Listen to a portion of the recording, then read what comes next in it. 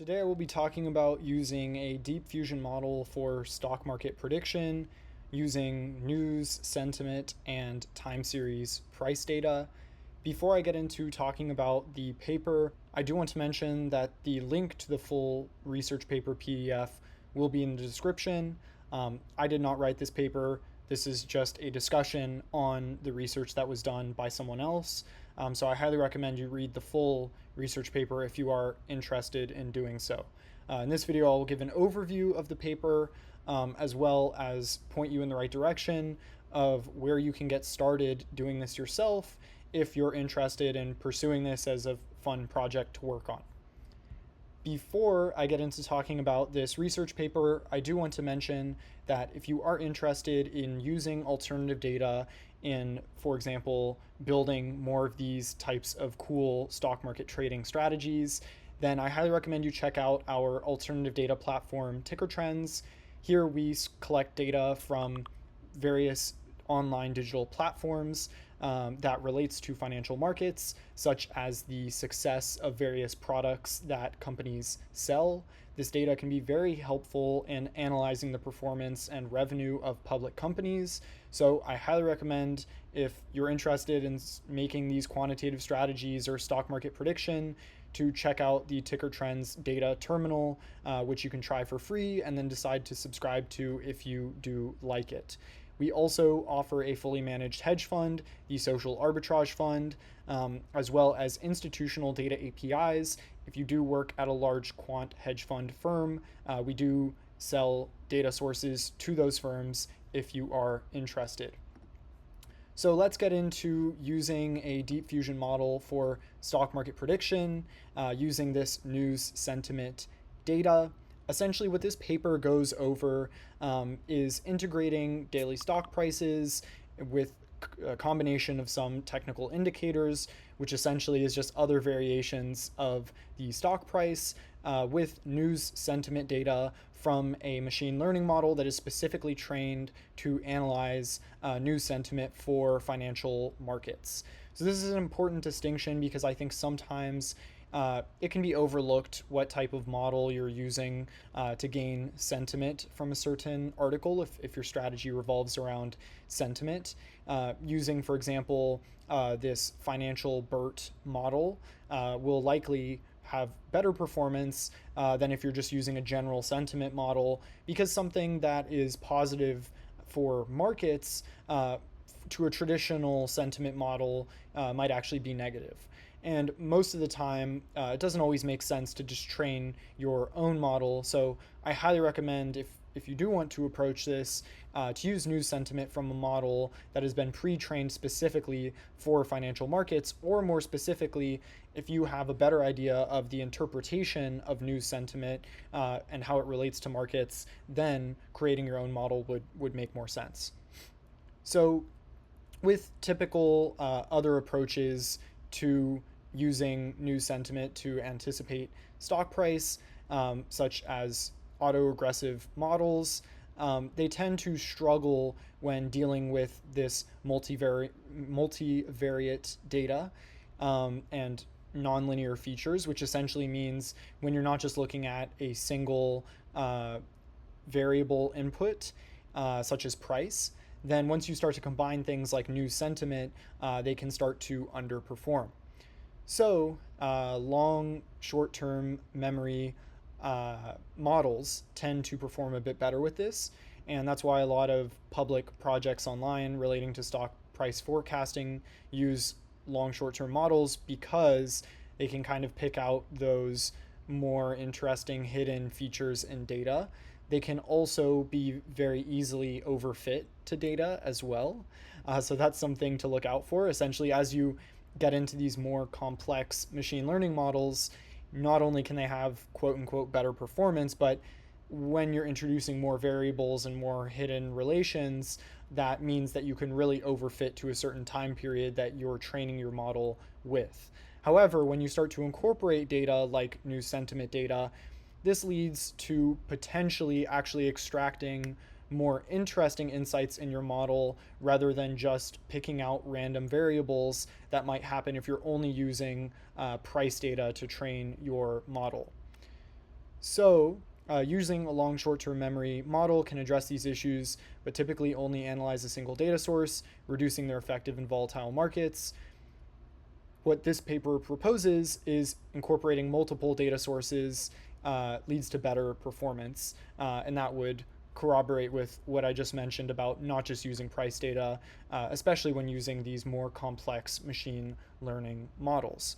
So in this paper, it goes over using a deep fusion model that combines different modalities for better understanding of stock market dynamics, the end-to-end optimization process for tuning the model to improve prediction performance, as well as evaluations across 12 stocks of the actual performance that this model was able to achieve using the news sentiment and price data. If you're interested in the full construction of this model, then you can check the paper. And as I mentioned, they are using Finbert, which is actually a financial focused sentiment model, which is what I mentioned would provide better performance than if you are just using a general sentiment model. So by integrating this time series data, both stock prices and financial headlines, the model is designed to capture both quantitative data from the price action and qualitative data from the news sentiment. And the way that this is combined together is through a fusion layer, which I will talk about more in depth in just a second. They outline that they retrieve this data from some public sources such as the Yahoo Finance API and the news headlines from a separate API, which you can find more information on in the paper. So the advantage to using a long short-term memory model is that they are very good at understanding long-term dependencies. So essentially, this means that there can be things scattered throughout the data that may be important in understanding future possibilities of the data. And a long short-term model can have a more complex calculation and extraction of data than other models. But as I mentioned, this also means that it can lead to overfit should it not be fed in the right inputs, or if the training process is not necessarily done properly.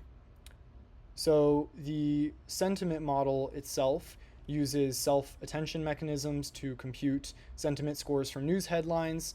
After the sentiment extraction, these scores are converted into a sentiment summary for each day, identifying if the news is overall positive or negative. And the most representative headline is selected based on sentiment scores, and an embedding vector for the headline is generated to then integrate into the long short-term model with the price action. So how this integration actually happens is through this fusion layer that I mentioned earlier. So the two modalities, like the stock price action and the news sentiment data, are fused together using a concatenation layer. The time series data is processed through the long short-term memory model, and the sentiment embeddings from Finbert are combined, allowing the model to learn from both of the data types at the same time. And again, this can be extrapolated not just for news sentiment data, but also for other data sources, for example, data sources that are found on ticker trends. So by merging the quantitative stock data with the qualitative sentiment, the model essentially, like I mentioned before, can extract features that are more valuable than just overfitting to the historic data that you're training on.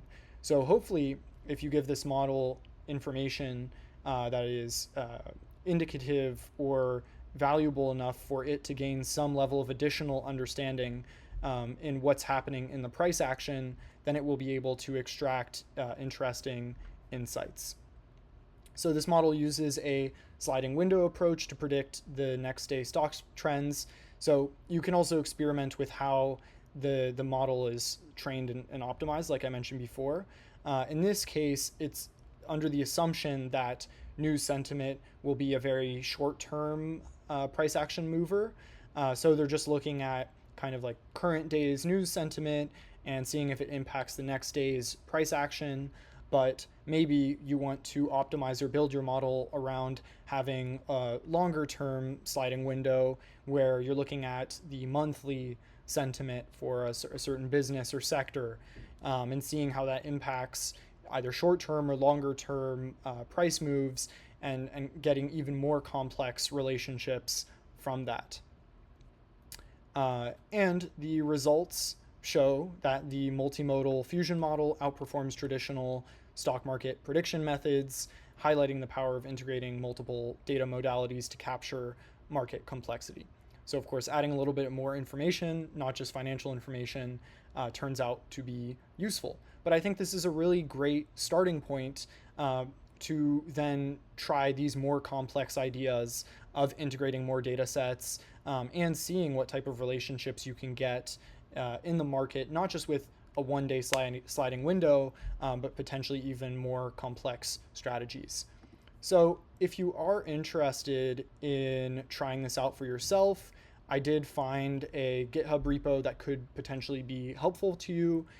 This is an open source public GitHub repo called Stock Prediction Using News Info Sentiment, with the long short-term model in a Jupyter notebook. So you could use this code as a starting point to do a similar project that's mentioned in the paper, and then expand and build on it and try out new data sources and more complex data sources and relationships, and see what you get out of it.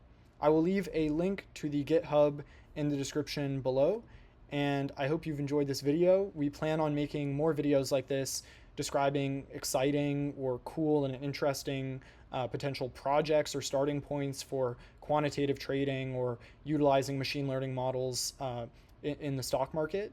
And again, if you're interested in anything we're working on, I think you would also like our product Ticker Trends, which will also be linked in the description below. Thank you all so much for watching, and see you in the next one.